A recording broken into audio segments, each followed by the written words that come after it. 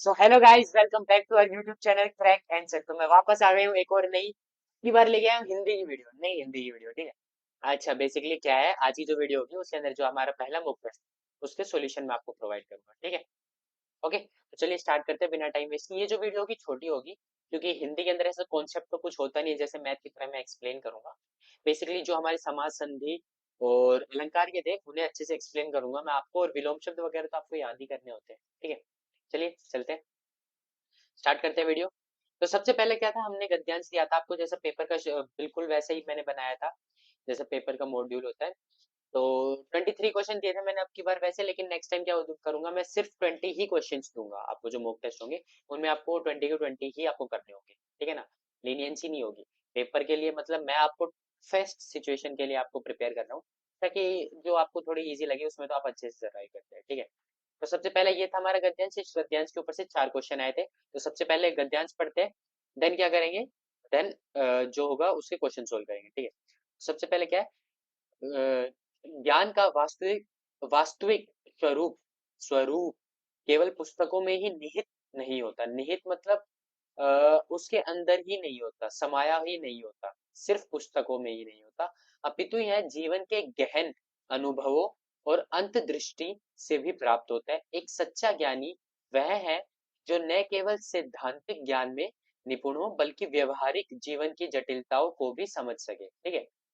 इस प्रकार का ज्ञान जो अनुभव जन्य यानी अनुभव से जन्मा हुआ, अनुभव जन्य होता है, व्यक्ति को आत्म के देखो मेरे को भी ये वर्ड बोला नहीं आ रहा, साक्षात्कार, साक्षात्कार, ठीक है, की ओर ले जाता है। मेरे हिसाब से सेल्फ डिपेंडेंसी है ना, इसका जो मतलब होता है सेल्फ डिपेंडेंसी, अपने आप में निपुण होना की ओर ले जाता है।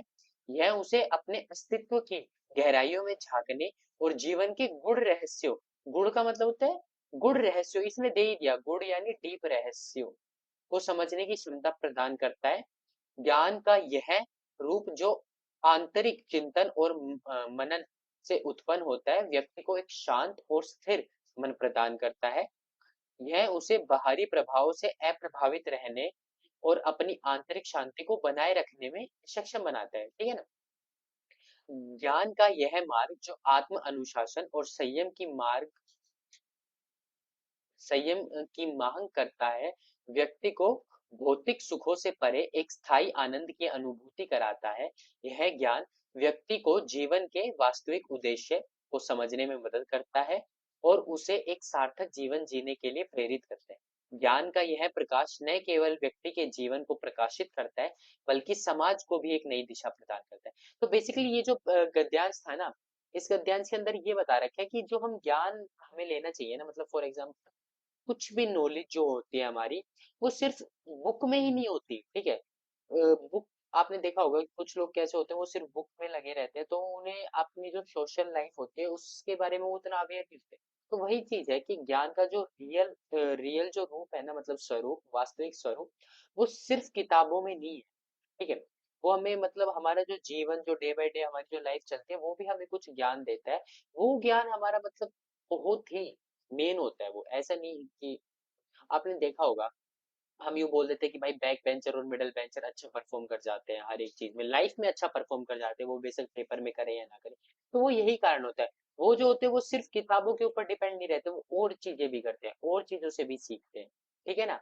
तो वही चीज है, हमें भी ऐसे ही इसी के अंदर यही बताया गया है कि सबसे पहले कि भाई कैसे कैसे आपको सिर्फ किताबों पे डिपेंड नहीं होना। अगर आप उन पे रहेंगे तो कैसे आपका वो जो अनुभव होगा आपका, जो आपको बाहर से मिलेगा एक प्रकार का ज्ञान, वो आपको कैसे खुद ही सेल्फ डिपेंडेबल बनाता है, इंडिपेंडेंट बनाता है, या आपके हमारे अस्तित्व के, हमारे रहस्य को जानने में कैसे मदद करता है, और यही सारी चीजें इस पैराग्राफ के अंदर। ठीक है। तो चलो अब हम चलते हैं, एक एक करके हमारे क्वेश्चन सोल्व करते हैं। ठीक है। तो देखते हैं सबसे पहला क्वेश्चन क्या था, ज्ञान का वास्तविक स्वरूप कहाँ निहित है। ठीक है।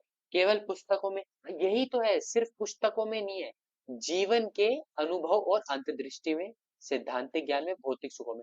तो यही था कि जीवन के अनुभवों में और अंतर्दृष्टि में जो है वो ज्ञान का वास्तविक रूप निहित है। ठीक है। तो इसका आंसर हो जाएगा ऑप्शन नंबर बी। अब क्या था, अनुभव जन्य यानी अनुभव से जन्मा हुआ ज्ञान व्यक्ति को किस ओर ले जाता है, भौतिक सुखों की ओर या आत्म साक्षात्कार, साक्षात्कार ही है इसका, सामाजिक प्रतिष्ठा की ओर या आर्थिक समृद्धि की ओर। मैंने बताया था सेल्फ इंडिपेंडेंस या सेल्फ मतलब सेल्फ सफिशिएंट जिसे बोलते हैं ना, साक्षात्कार मतलब खुद पे ही सब कुछ कर लेना, तो वो है ये। ठीक है ना, ये इसका आंसर हो जाएगा। चलते हैं हमारे थर्ड क्वेश्चन, थर्ड पे। तो गुण शब्द का अर्थ क्या है? गुण का मैंने अभी आपको बताया था कि भाई गुण, ये रहा, गुण रहस्य, इसने दे रखा है गुण रहस्य, यानी इसका मतलब रहस्य ही होता है, रहस्यमय। ठीक है ना, वह, इसका आंसर ये देखते हैं, ये क्वेश्चन क्या है। वह जो न केवल सैद्धांतिक ज्ञान में निपुण हो बल्कि व्यवहारिक जीवन की जटिलताओं को भी समझ सके, ऐसे व्यक्ति को क्या कहते हैं? देखो, ये हमारे पैराग्राफ में है प्रॉपर। देखो, एक सच्चा ज्ञानी, कौन ज्ञानी, वह नहीं है जो केवल सैद्धांतिक ज्ञान में निपुण हो बल्कि व्यवहारिक जीवन की जटिलताओं को भी समझ सके, यानी कौन, ज्ञानी। ठीक है, तो इसका आंसर हो जाएगा हमारा ज्ञानी। तो यही थे ये चार क्वेश्चन जो हमारे किस पे डिपेंड कर रहे थे, हमारे पैराग्राफ पे। इसके बाद जो हमारे क्वेश्चन स्टार्ट होते हैं वो मैंने अलग अलग टाइप से, जैसा हमारा पीवाईक्यू था उस बेसिस पे मैंने क्वेश्चन उठाए उसी टाइप के और आपको दिए। सबसे पहला क्वेश्चन आ रहा है, सही वर्तनी वाले शब्द का चयन करें, यानी उज्जवल को सही तरीके से कैसे लिखा जाता है। तो उज्जवल में आधा जय आता है 2 बार, ठीक है, और छोटा ऊ होता है, तो ये हो जाता है उज्जवल का, राइट। ठीक है, अब इसके अंदर मैं आपको क्या ही बताऊं, ठीक है, ये तो मैं आपको याद नहीं करा सकता ना, आपको पहले से ही होनी चाहिए। ठीक है, अच्छा, नेक्स्ट क्वेश्चन देखो हमारे लिए, जो मैंने आपको बताया है अच्छे से, आत्म अनुशासन में कौन सा समास है? देखो, पहले हम ऑप्शन से करते चलते हैं। द्वंद्व समास क्या होता है? जिसमें दोनों जो पद होते हैं प्रधान होते हैं। आत्म अनुशासन, दोनों पद प्रधान नहीं है, आत्म मतलब खुद पर, और अनुशासन हमारा प्रधान है। बहुव्रीहि और कर्मधारय में मतलब, बहुव्रीहि में तो जो किसी तीसरे को वो कर रहा हो वो, और कर्मधारय में भी मतलब हम देख रहे थे कि जैसे कर्मधारय क्या आ रहा था, महान, महात्मा, महान है जो आत्मा। ठीक है ना, दोनों जो थे वो हमारे वो आ रहे थे। इसका क्या आएगा? इसका तत्पुरुष आएगा। तत्पुरुष समास कैसे आएगा? इसका आंसर, इसको हम मतलब समास विच्छेद करते हैं। आत्म अनुशासन यानी आत्म पर अनुशासन, आत्म पर अनुशासन यानी खुद पर अनुशासन, इसका जैसे ही हमने समास विग्रह किया, तो मैंने आपको बताया था जैसे ही कोई कारक का वो आ जाए आप समझ जाना वहां पे कौन सा है, तत्पुरुष समास है। तो समास विच्छेद के अंदर हमारा कारक आ गया, कारक चिन्ह। ठीक है ना, इससे हमने पहचान लिया कि यहाँ पे कौन सा है, तत्पुरुष समास। ठीक है, चलिए नेक्स्ट क्वेश्चन पे। तो नेक्स्ट क्वेश्चन क्या बोल रहा है, अस्तित्व शब्द का पर्यायवाची क्या है? अस्तित्व, देखो, विनाश का मतलब तो आप सबको पता है, विनाश मतलब बिल्कुल एंड हो गया, तो अस्तित्व का मतलब थोड़ी ना हुआ है। उत्पत्ति यानी जन्म, नई चीज। अनुपस्थिति यानी कोई पर्टिकुलर चीज वहां पे प्रेजेंट नहीं, तो इसका जो आंसर है ना वो सत्ता है। सत, स, आधा तय तय। ठीक है, ये इसका आंसर है। आत्म गौरव, समस्त पद में कौन सा, ये देखो, आत्म गौरव यानी खुद पर गौरव। आत्म समास मतलब आत्म अनुशासन यानी खुद पर अनुशासन। आत्म गौरव यानी खुद पर गौरव। ठीक है, तो इसका भी क्या हो जाएगा हमारा, तत्पुरुष समास। ठीक है, चलते हैं आगे। अब देखो, आते संधि विच्छेद, अत्यधिक, ये पता है, ये वैसे मैंने आपको बता रखा था कि किसी भी आधे तय शब्द के बाद ये या फिर कोई भी आ जाए, किसी भी आधे के, तो वहां पे यण संधि होती है। क्या होती है? यण संधि। ठीक है ना, अब मैं आपको एक बार प्रॉपर वो स्लाइड दिखा देता हूँ, ठीक है, जिसके अंदर की मैंने आपको ये बता रखा था। इसे मिनिमाइज करते हैं, ठीक है, स्लाइड को कीप रखते हैं इसे, और ये थी हमारी संधि। देखो, यही है यण संधि। आधे वर्ण के बाद य या वह होता है ना, तो वहां पे क्या होती है, यण संधि होती है। और वो कैसे होती है? देखो, इति आदि, मतलब यहाँ पे ई है, क्या है, ई है, ई के साथ अगर कोई आता है तो देखो, ई, छोटी ई और बड़ी ई का क्या बन जाता है, अय बन जाता है। ऊ, छोटे ऊ और बड़े ऊ का व बन जाता है, और ऋषि का र बन जाता है। ठीक है ना, री का र बन जाता है। तो वही चीज है, हम देखते हैं अब हमारा जो ये था इसमें क्या हो रहा है। इसमें देखो आप, इसमें हम देख रहे हैं, इसमें ये जो है अत्यधिक, य, अय बन जा रहा है, यानी ई आना चाहिए, ई। ठीक है ना, ई और अ, तो ऑप्शन ए नहीं हो जाएगा हमारा।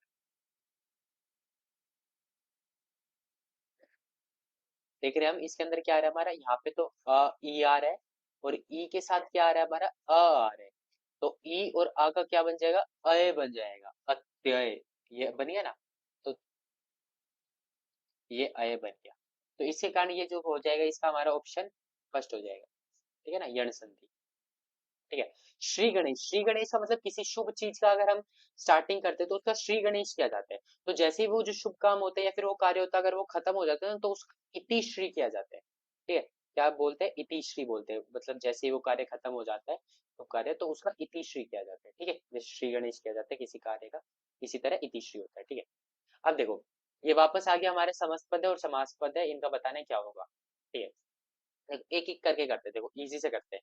आ जन्म, देखो आ जन्म, ठीक है, आ क्या आ रहा है इसमें, अव्यय आ रहा है। अव्यय आ रहा है तो ऑब्वियसली क्या आ जाएगा, अव्ययी भाव हो जाएगा, यानी यह तो हो गया फोर्थ। ठीक है, उसके बाद देखो धूप दीप, दोनों जो पद है दोनों पद प्रधान है, तो दोनों पद प्रधान किस में होते हैं, द्वंद्व समास में, तो ये हो गया सेकंड इसका। अच्छा, दानवीर और नरसिंह, ठीक है। अब दानवीर का क्या होगा, देखो अभी तो चलो आप है ना चाहो तो इन्हीं दोनों के बेसिस पे कर सकते हो वैसे तो, लेकिन हम थोड़ा अच्छे से करते देखें। नर सिंह, नर रूपी सिंह, यानी नर के सम यानी सिंह के समान है जो नर, सिंह के समान, इसका अगर आप समास विग्रह करते हैं तो सिंह के समान है जो नर, ठीक है, कोई भी होगा वो, तो उसका मतलब नरसिंह का आप देख रहे हैं क्या बन जा रहा है आपका, कर्मधारय समास बन जा रहा है। और दानवीर मतलब दानी में वीर, यानी जो समझ रहे हैं वैसे, पता है दानवीर कर्ण, मतलब ये भी आप चाहो तो इसका भी कर्मधारय बना सकते हो। ठीक है, पहले ऑप्शन चेक करते हैं हम सबसे पहले। ठीक है, अगर देखते हैं अगर इसका थर्ड का हमारा थर्ड ही दे रखा होगा तो वो मेन प्रायोरिटी देंगे, लेकिन अगर चारों का अलग अलग होगा तो देखते हैं। नर सिंह का तो ऑब्वियसली नर रूपी सिंह, दानवीर, दान में वीर भी हो सकता है ये, ठीक है ना, दान में वीर, दान करने में वीर। ठीक है, इसका ये जो है ना ये आपका देख रहे हो तो आपको ये कंफ्यूज कर रहा है, हमें भी मुझे भी कंफ्यूज कर रहा है, मैं इसका क्या लिखता, मतलब दान करने में वीर, ठीक है ना, तो ये किसी थर्ड को दिखा रहा है, तो ये बहुव्रीहि समास हो रहा है वैसे तो ज्यादा। ठीक है, बट दान में वीर भी हो सकता है, दान करने में वीर, तो में आ रहा है तो उससे कारक भी बोल सकते हैं। तो सबसे पहले हम अपना सेकंड और फोर्थ से देखते हैं, हमारा जो सेकंड का जो हो रहा है, मतलब ये देखते हैं। सेकंड जो है ये हमारा, ये सेकंड, इसका क्या आ रहा है, हमारा फोर्थ आ रहा है, तो इस सेकंड का फोर्थ सिर्फ एक ही ऑप्शन में है, तो वो है हमारा सी। तो यानी इसने फर्स्ट का क्या दे रखा है, सी दे रखा है, हाँ बिल्कुल, और थर्ड का क्या दे रखा है, फर्स्ट दे रखा है, तत्पुरुष ही दे रखा है दानवीर। ठीक है, ओके, चलते हैं नेक्स्ट क्वेश्चन पे। तो नेक्स्ट क्वेश्चन क्या है, बीच में अलसी, अठीली, देह की पतली, कमर की है लचीली में कौन सा अलंकार है। आप एक बात बताओ, कमर की लचीली, देह से पतली, ठीक है, अब इसमें ये क्या होता है, ये तो किसी इंसान की, किसी मानव की, ये मतलब वो है, आप देख रहे हैं एक्टिविटीज, ठीक है ना, तो एक किसी चीज के ऊपर मानवीकरण किया जा रहा है, मतलब मानव की चीजें उस पे दिखाई जा रही है, तो वहां पे कौन सा अलंकार हो जाएगा, मानवीकरण अलंकार, इसी था ये तो। अच्छा था, अगले नेक्स्ट क्वेश्चन क्या है, गहन शब्द का विलोम क्या होगा, गहन यानी गहरा, ठीक है, तो गहन का क्या हो जाएगा, उथला, यानी जो मतलब ज्यादा गहरा ना हो, मतलब ज्यादा गहरा ना हो, थोड़ा ही गहरा, उसे बोलते थे उथला, या थोड़ा ऊंचा, ठीक है, थोड़ा सा ऊंचा, तो वो क्या हो जाता है, उथली। ठीक है, चलते हैं नेक्स्ट क्वेश्चन पे। नेक्स्ट क्वेश्चन क्या है, भाषा शब्द की उत्पत्ति किस धातु से हुई है, भाष धातु से, ये तो कोई सोचने वाली बात ही नहीं थी, भाष। ठीक है, घट्टी शब्द में किस प्रत्यय का यूज हुआ है, देखो सबसे पहले इसमें धातु अलग करो और बाद में जो बच जाता है वो बच जाएगा, तो घटती में कौन सी धातु है, घट धातु है, और ऐड क्या हो रहा है, ती ऐड हो रहा है, तो ती क्या हो गया, प्रत्यय हो गया, तो घट ती, ती क्या हो गया हमारा, प्रत्यय। समझ गए, नेक्स्ट चलते हैं। नीचे दो कथन दिए गए हैं, ठीक है, और इन दोनों कथन के बेसिस पे इनमें से कोई हमें एक सिलेक्ट करना है, तो चलो करते हैं। पहला कथन क्या है, किसी व्यक्ति वस्तु स्थान के नाम को विशेषण कहते हैं, नहीं क्या कहते हैं, संज्ञा कहते हैं, क्या कहते हैं, संज्ञा कहते हैं। जो स्वर्णाम शब्द संज्ञा के पहले आकर विशेषण का काम करते हैं उन्हें गुणवाचक विशेषण कहते हैं, बिल्कुल नहीं कहते जी, गुणवाचक तो वो होते हैं जो किसी संज्ञा के गुण का मतलब वो करे, गुण यहाँ पे क्या आएगा, सार्वनामिक, स्वरनामिक को सार्वनामिक बोलते हैं ना, मुझे स्पेलिंग अभी अच्छे से वो नहीं है, सार्वनामिक विशेषण। ठीक है, तो जो है हमारे दोनों ही कथन गलत है, तो कथन एक और कथन दो दोनों ही असत्य है। ठीक है, चलते हैं अब नेक्स्ट क्वेश्चन पे। नेक्स्ट क्वेश्चन क्या कह रहा है, प्रकृति का अनुराग अंचल हिल रहा है, देखो अनुराग और अंचल, ठीक है, दोनों एक उपमेय एक उपमान, और दोनों को एक ही समान बता दिया, मतलब दोनों को एक ही बता दिया, अनुराग आंचल बता दिया, ठीक है। तो यहाँ पे कौन सा हो जाएगा, रूपक हो जाएगा। अब आपको ये समझ में नहीं आया होगा, उपमेय उपमान मेरे को पक्का पता है, तो इसके लिए एक बार दिखा देता हूँ मैं आपको वापस से ये चीज, ठीक है ना। ठीक है, कहाँ पे है वो, ये रहा। देखो, रूप अलंकार का क्या, उपमेय और उपमान को एक ही बता दे, और उसमें वाचक शब्द ना हो, तो वाचक शब्द तो इसमें था ही नहीं, और उपमेय उपमान को एक ही बता दिया था। जैसे पद पंकज, मैंने उस टाइम आपको पर्टिकुलर एग्जांपल दिया, ठीक है। तो उसी तरीके से ये भी हुआ है।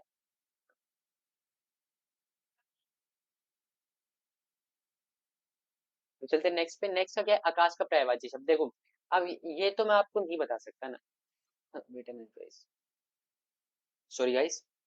तो देखो, ये मैं क्या बोल रहा था, कि जो हमारा ये पर्यायवाची शब्द है, अब देखो ये तो मैं आपको क्या ही बताऊंगा, ये तो हम क्लास 6 7 से सीखते आ रहे होते हैं, ठीक है। तो ये तो आपको खुद ही करना है, आपको ये सारे भी देखने हैं, ये किस किस के होते हैं ये तीनों, और उसमें से पता लगाना है कि आकाश में कौन सा होगा, ठीक है। चलते हैं नेक्स्ट क्वेश्चन पे। नेक्स्ट क्वेश्चन क्या है, वर्णातीत का अर्थ क्या होता है, देखो मैं इसमें अगर तुक्का भी मारता ना, तुक्का बोल रहा हूँ, तुक्का भी मारता मैं इस क्वेश्चन में, तो क्या करता, वर्ण अतीत, अतीत यानी अतीत जा रहा है, अतीत का वर्णन में कुछ ये मान लेता, बट इसका आंसर है वर्णन से परे, यानी वो चीज जो वर्णन नहीं की जा सकती, जिसका वर्णन ना किया जा सके, ठीक है। अब कुबेर सखा किसका पर्यायवाची, ये भी चीज आपको देखनी होगी, वैसे मैं बता देता हूँ, इसका किन्नर आएगा इसका आंसर, ठीक है। ये आता है हमारा जो हमारा संधि विच्छेद है ये, देखो इस टाइप के भी मैंने बताए थे आपको, कि देखो जब हमारा अ आगे हो और प्लस पीछे ये हो छोटा ए, तो ये जो संयुक्त मात्रा आ जाती थी, क्या आ जाती थी, बड़ी वाली, ठीक है। जैसे ही ए प्लस हमारा मान लो इस साइड भी ए हो, तो यहाँ पे क्या आ जाता था, आ जाता था। तो वही चीज है, ठीक है। हम देख रहे हैं, पहले एक ए है और तो उससे दूसरा ए आ जाता है, तो वित्त और ए, तो इससे क्या बन जाएगा, मतलब त और पहले ही ए है, तो इससे क्या बन जाएगा हमारा, दो ए बन जाएगा, तो ये वाला ऑप्शन है हमारा, ठीक है, बी ऑप्शन। अगला क्या है, अंधेरी नगरी चौपट राजा, लघुक्ति का अर्थ बताओ। मतलब अंधेरी नगरी चौपट राजा, यार देख रहे हो नेगेटिव ही बता रहा है कुछ, तो नेगेटिव सबसे पहले आप देख रहे हो, तो नेगेटिव एक ही है इसका, अन्यायपूर्ण शासन, ठीक है ना। ओके, चलते हैं नेक्स्ट क्वेश्चन पे। तो लास्ट क्वेश्चन है ये। देखो हिंदी में मैं आपकी इतनी मतलब वो नहीं कर सकता, मैं आपको सिर्फ क्वेश्चन प्रैक्टिस के लिए दे सकता हूँ, वो चीज मैं कराऊंगा भी आपको, ठीक है।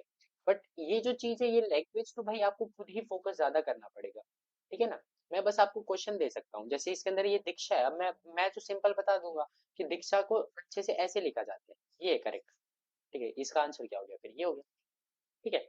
तो आई विल सजेस्ट कि भाई आप प्रैक्टिस करो, जितनी प्रैक्टिस करोगे आपका, मैं ऑब्वियसली कह रहा हूँ अच्छा होना ही है, ठीक है। मॉक टेस्ट दो, जितने आ रहे हैं दो, बिल्कुल वही है, क्योंकि हमारे जो वो नेक्स्ट मॉक टेस्ट आ रहा है वो 4 तारीख को आ रहा है, और देखते हैं अब, हमने तो ये डिसाइड किया कि दो हिंदी देंगे, पर दोनों हिंदी में ज्यादा डिफरेंस नहीं होगा, क्योंकि मैंने जो अपना टेस्ट दिया था, मेरे पास जब मैंने दिया था मेरे पास दोनों इंग्लिश थे, तो इंग्लिश फॉर कम्युनिकेशन और इंग्लिश जो लिटरेचर था, उसमें बिल्कुल गैप नहीं, मतलब बिल्कुल भी डिफरेंस ही नहीं था। जो क्वेश्चन उसमें आता सेम टू सेम वही क्वेश्चन इसमें आता, मीनिंग वाले, पैराग्राफ वाले, तो वही आएगा। फिर आप बोलोगे कि सर इन दोनों में तो डिफरेंस ही नहीं है, ऑब्वियसली नहीं है डिफरेंस भाई, बिल्कुल नहीं है। जो आप बोलते हो वही तो आप लिखते हो, ठीक है, ज्यादा से ज्यादा क्या फर्क होगा, ठीक है ना। तो आपका जो कराएंगे वो सेम होगा, बट आप लोग कह रहे हो कि सर हमें दोनों हिंदी दोनों इंग्लिश चाहिए, तो वो भी कराएंगे, एक हिंदी, वो फिर आप चूज करना पड़ेगा आपको, वो प्लगइन लगा देंगे हम मॉडल में, ठीक है। तो इसी के साथ आपका ये जो था ये चैप्टर खत्म हो गया, मतलब चैप्टर क्या कह रहा हूँ मैं, मॉक टेस्ट ये जो था इसका सॉल्यूशन ये यहीं पे हो गया ओवर, 23 क्वेश्चन थे मैंने करा दिए, सो ठीक है। तो bye bye guys, thanks for watching.